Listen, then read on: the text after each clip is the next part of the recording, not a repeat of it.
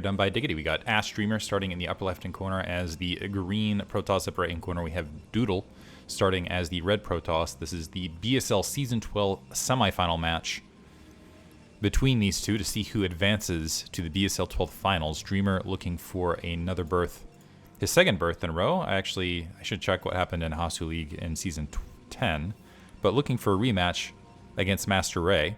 So a repeat of the finals potentially. I'm not sure if Master Ray has advanced out of the opposite side of the bracket yet. This is going to be on Tau Cross, and should be an interesting match. Honestly, game one, I think what we learned here is that Dreamer has superior. This is really how Dreamer's won on many of his games.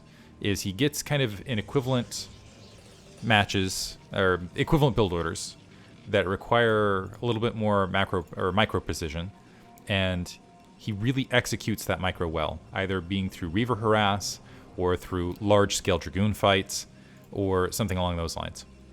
Doodle on the opposite corner. We've seen him also win here and there with some interesting build orders, but it seemed like in game one, Dreamer just had the better micro when he needed it, as far as engagement point.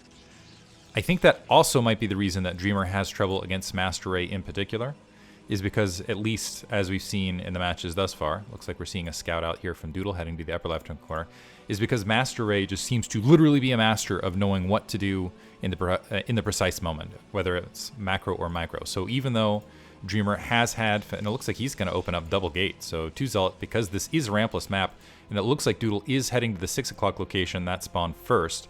So Dreamer has a shot to have a very positive comparative build order, I think, on a rampless map. It looks like Doodle on the opposite side of the map has opted for an assimilator first.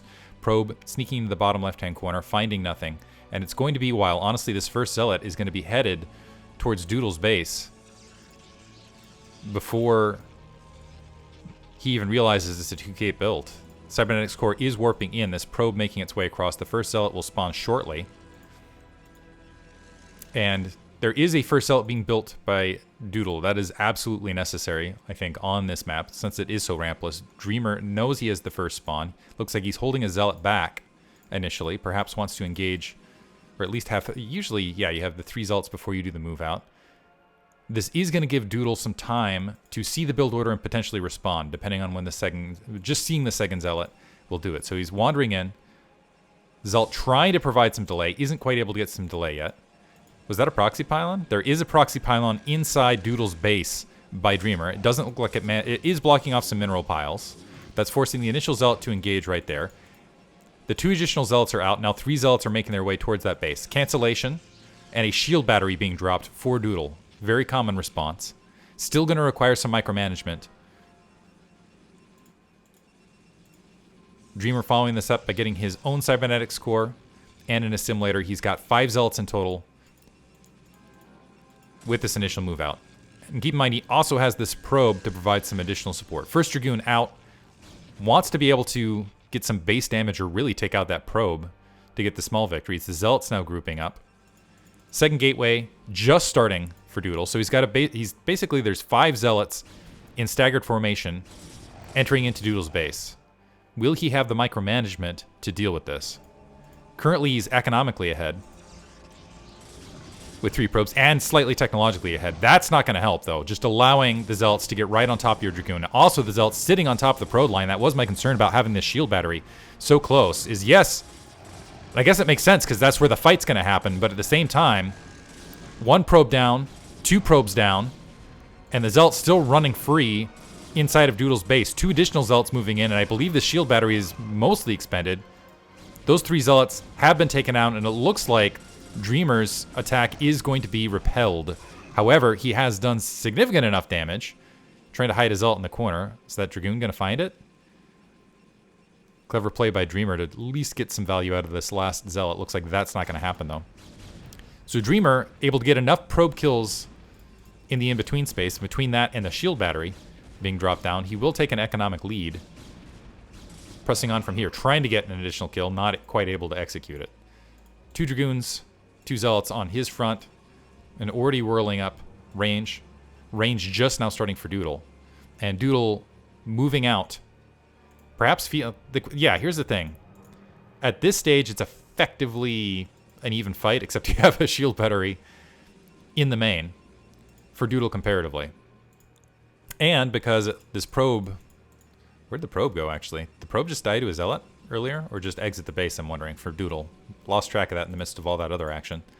Doodle pressing forward. He's got 4 Dragoons. There's already 3 Dragoons, 4 Dragoons waiting for him. I'm wondering if he's hoping that he's got Dragoon range a little bit earlier and might get an advantage as a result. He is plopping down his Nexus. Dreamer is sneaking out. And I think this is off a... Yeah. Able to build that Nexus off cutting Dragoons. So Doodle needs to be very careful with these Dragoons, because if he ends up losing one, which is very likely against Dreamer's Micro, he could end up in a lot of trouble. Dreamer pressing out, seeing the 4 Dragoons without a lot of support, and is doing a little bit of base damage here. More Dragoons being pressed. Is he going to continue? He's continuing with the Dragoon production. Still doesn't have a scout.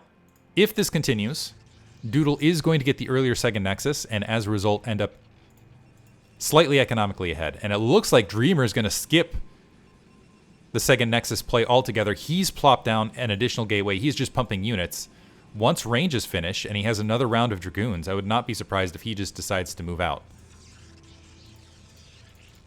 Especially just seeing a handful of Zealots from Doodle. Doodle popping 2 additional gateways.